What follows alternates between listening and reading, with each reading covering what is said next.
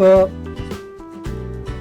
김용환의 시선아침반, 오늘도 초대 손님은 민진영 목사님이십니다.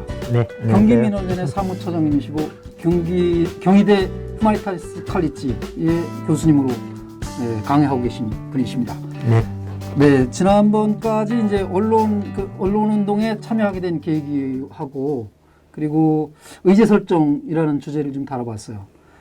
오늘은 이제 지난 시간에 마지막 부분에 목사님 말씀하시던 그 게이트키핑, 문지기라는 거잖아요. 예. 문지기, 게이트키핑. 예. 이게 언론사에서 물론 아는 분들 다 계시겠지만 목사님이 한번 게이트키핑이 언론에서 어떤 역할을 하는 건지, 뭔 뜻인지 거기서, 예, 그게 왜 중요한지 이런 말씀을 한번 들어봤으면 좋겠습니다. 흔히 말씀드리면 이제 게이트라고 하는 건 문이지 않습니까? 네, 문. 네, 네. 키핑은 지키는 거고, 네, 그래서 네. 문을 지키는 건데, 네.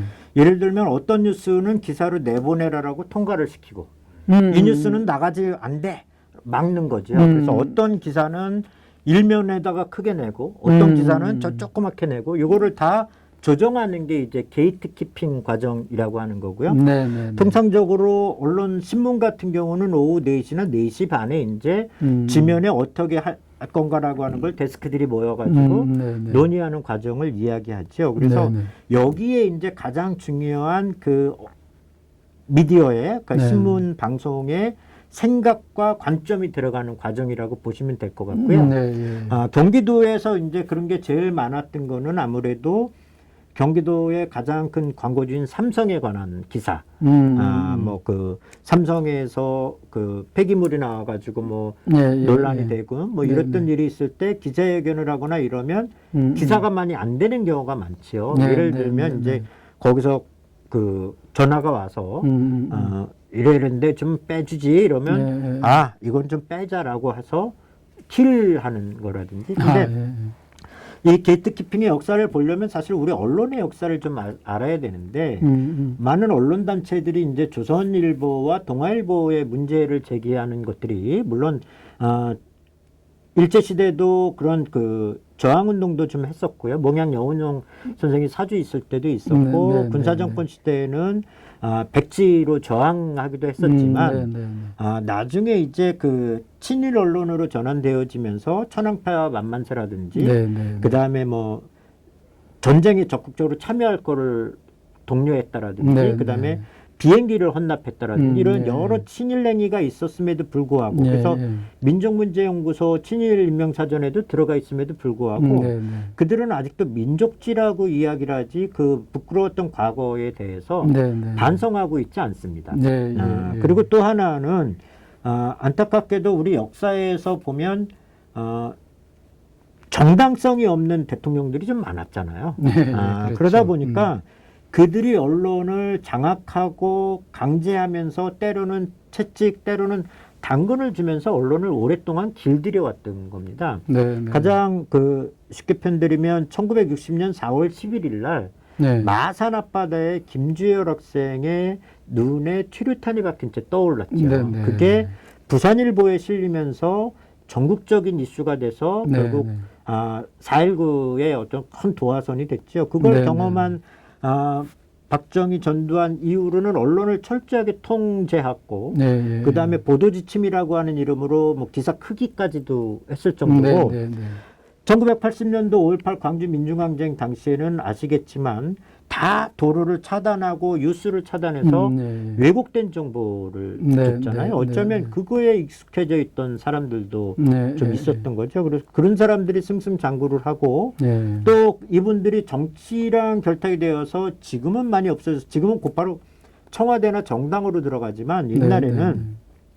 시장 아니면 국회의원 선거 때 많이 가서 도와주고 네, 네. 그리고 당선이 되면 어떤 그 혜택을 받는 네. 그러한 역할들도 언론이 좀 많이 했었던 것 같습니다. 네, 그래서 네, 네. 그 게이트키핑의 가장 큰 거는 지금같이 어려울 때는 아무래도 광고주의 입장에서 기사를 쓸 수밖에 없는 거고 그래서 네, 네. 보낼 것, 막을 것 이거고요. 네, 네, 네.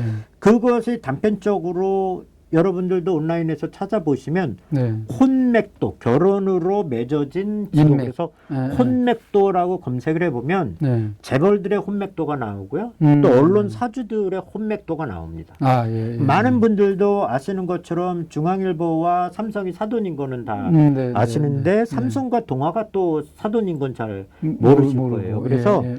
실제로 그 혼맥도를 보면 굉장히 놀라웠던 게 뭐냐면 재벌과 정치인과 언론인이 예, 예. 서로 결혼을 하고 해서 몇 단계만 건너면 다 일가 친척인.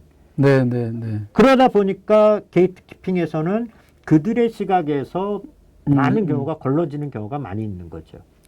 실제로는 가족 신문 성격인데 네, 그렇죠. 그거를 정말 이렇게 저렇게 얽혀가지고 혼맥으로 언론과 재벌과 심지어는 권력과 이렇게 계속 연결이 되다 보니까 진짜 걸러지는 거죠. 다. 네. 거기서 걸러진 그 부스러기 기사들만 좀 니들은 봐.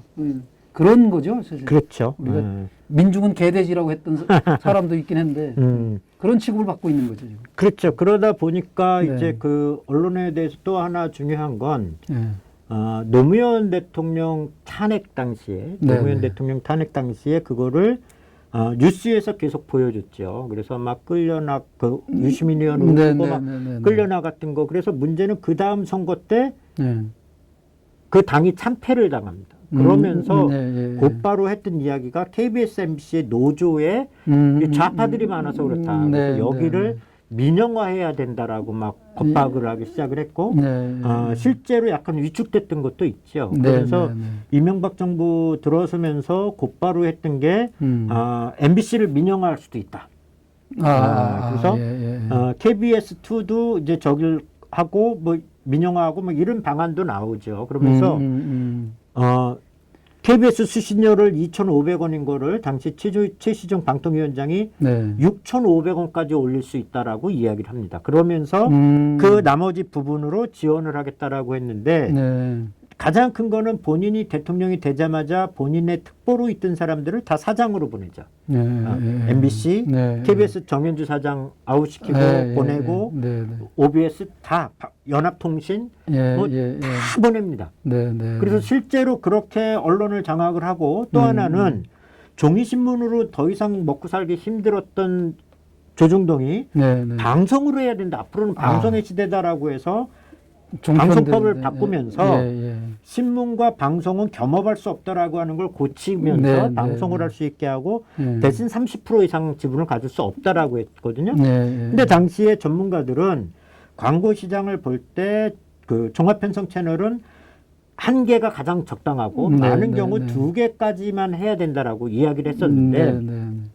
정권에서 보면 힘들죠. 왜냐하면 조중동 중에 2개 주고 한 군데 안 주면 여기 얼마나 자존감 상하겠어요. 그러니까 아마 본인들도 되게 고민을 많이 했을 거예요. 그래서 네, 저희들끼리 들리는 설에는 네. 이게 위헌이다라는 판단이 나서 아예 아무도 안 줬으면 속편했을 거다라는 글쎄 그런 얘기도 있었죠. 예, 사실. 있었죠. 예, 예. 근데 결국은 그게 허가가 되니까 5개를 준 거 아닙니까? 네, 그래서 예. 조중동, 매연, 그래서 매일경제와 MBN과 네, 연합뉴스 네. 이렇게 네, 5개를 주게 된 거죠. 그러다 보니까 어려우니까 네. 여러 가지 특혜를 또 줬습니다.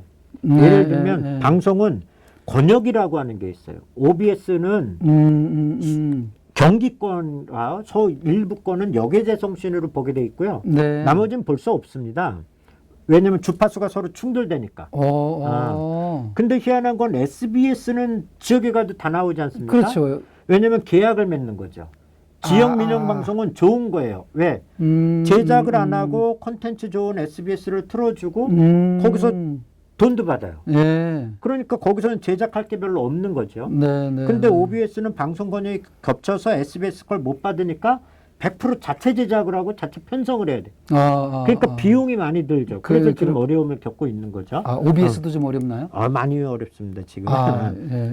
근데 그러다 보니까 종편에서 요구했던 게 뭐냐면, 야, 우리 황금 채널 줘.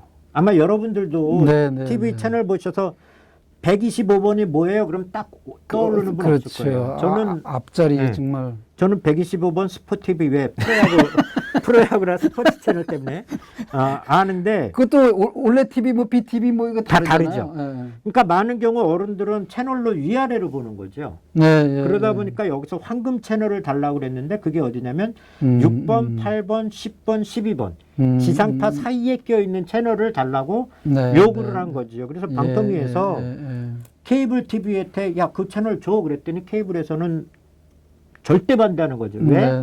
거기가 지금 무슨 채널입니까? 홈쇼핑 채널이에요. 맞아요. 거기서 받는 홈쇼핑. 금액이 1년에 한 400억 정도 그 당시 된다라고 하는데 이거를 포기하라고 말도 안 되는 거죠. 그러니까 나중에는 합의해서 가능하면 20번대 권역 내로 이렇게 주기로 했던 거고 그 다음에 아까 말씀드렸던 방송 권역이 있는데 종편은 처음부터 전국 방송 의무 송출. 의무적으로 할 수 있는 게 없었는데 이거는 의무 송출이고요. 또 하나는 중간 광고도 해달라. 그리고 우리는 직접 광고하겠다. 과거에는 한국방송광고공사라고 하는 데를 통해서 광고를 코바코죠. 그걸 하게 됐는데 이제 그 광고주들이 헌법소원을 해서 지금은 1공영 1민영. 그래서 코바코는 그대로 있고요. 1민영은 SBS가 최대 주주로 있는 미디어 크리에이티브라고 하는 데가 있습니다. 그래서 이 둘 중에 하나를 해야 되는 거거든요. 근데 이 종편은 처음부터 직접 광고. 근데 당시 시청률이 0.1%도 안 나왔는데 직접 광고하면 어떻게 살 수 있어? 근데 신문이 있기 때문에 그거로 해서 가능했던 거죠. 그래서 이런 여러 가지 혜택을 주면서 성장을 시키려고 했던 거죠. 그러다 보니까 거기에서 지금 많은 분들은 매일 뉴스를 보는데 저도 식당이나 어디를 가면 YTN 이런 데 틀어져 있는 데는 퍼센테이지가 낮습니다. 대부분 다 채널A나 TV조선이 많아요. 그럼 거기서 아까 드렸던 것처럼 패널들이 비슷한 생각을 갖고 있는 사람들이 계속 그런 이야기를 하면 그게 진실로 받아들이는 거죠. 그래서 요즘은 이제 가끔 중립을 지킨다고 진보적인 분 한 분, 나머지 두세 명은 이렇게 해가지고 1대3으로 뭐 하는 경우도 많이 있죠. 그러면 이 종편까지 말씀하셨는데 종편에서도 게이트키핑이 거의 안 이루어지는 경우까지 많이 있더라고요. 보면 막 완전 가짜 뉴스 같은 것들도 막 쏟아져 나오기도 하고. 그러니까 그거는 사전 제작이 아니지 않습니까? 예를 들면 전문가들이 나와서 하는 과정에는 사전 제작이 아니고 생중계이기 때문에 게이트키핑이 이루어지는 게 아니고 게이트키핑은 어디서 이루어지냐면 패널을 섭외할 때 이루어지는 거죠. 이 패널이 우리의 생각을 대변할 수 있느냐 아니냐라고 하는 것들에 대한 것. 그래서 가끔 진보적인 분들을 부르는 거는 이분이 그래도 공신력이 있을 때 요 이상의 발언을 안 할 거다라고 하는 신뢰가 있는 분들. 예를 들면 그런 겁니다. 예전에 경기방송에서 지금은 없어진 경기방송에서 저에게 찾아와서 경기 지역 시민사회나 단체들에게 매일 10분에서 15분씩 의견을 발언할 수 있는 시간을 주고 싶다. 그래서 우리 경기도민들에게 경기도 현안에 각 단체들이 어떤 이야기를 하고 싶은지 좀 해주고 싶다라고 했는데 결국은 못했거든요. 못한 이유는 저희 내부에 있었습니다. 왜냐하면 매일 하는 것들에 대한 스트레스, 두려움. 예를 들어 의제가 없는데 오늘 해야 되면 막 도망가고 싶고.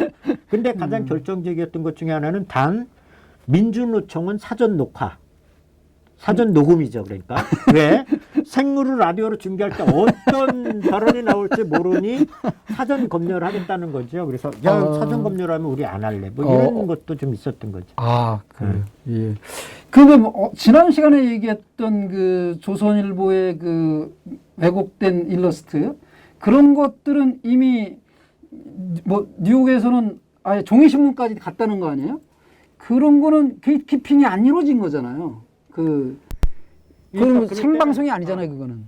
그런 거는 게이트키핑이 아니라 의도적인 거죠. 아까 말씀드렸던 것처럼. 데스크에 의도도 있는 이런 거. 과정들을 두 가지가 있을 수 있는 것 같아요. 실제로 게이트키핑이 안 이루어지는 경우는 사설 같은 경우는 논설위원이 이미 경력이 다 있으신 분들이 논설위원이기 때문에 그분들이 늦게 넘기는 경우가 있습니다. 데스크 회의 이후에 늦게 넘기면 그대로 사설로 나와서 실제로 경기 지역의 모 신문사가 예전에 그 촛불 시민들에게 뭐 음흉한 그러니까 어두운 곳에서 또아리를 틀고 있는 음흉한 뱀처럼 뭐 이렇게 표현을 해가지고 저희가 막 항의를 갔거든요. 어릴 때. 그랬더니 죄송하다라 그러면서 없앴어요.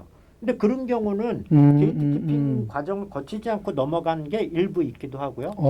또 하나는 이 정도는 괜찮아. 왜냐하면 공공의 알 권리를 위해서 이 정도는 괜찮아라고 하는 생각이 있을 수 있어서 의도적으로 그렇게 편향된 정보를 넘길 수도 있다라는 거죠. 아, 예, 예. 그래요.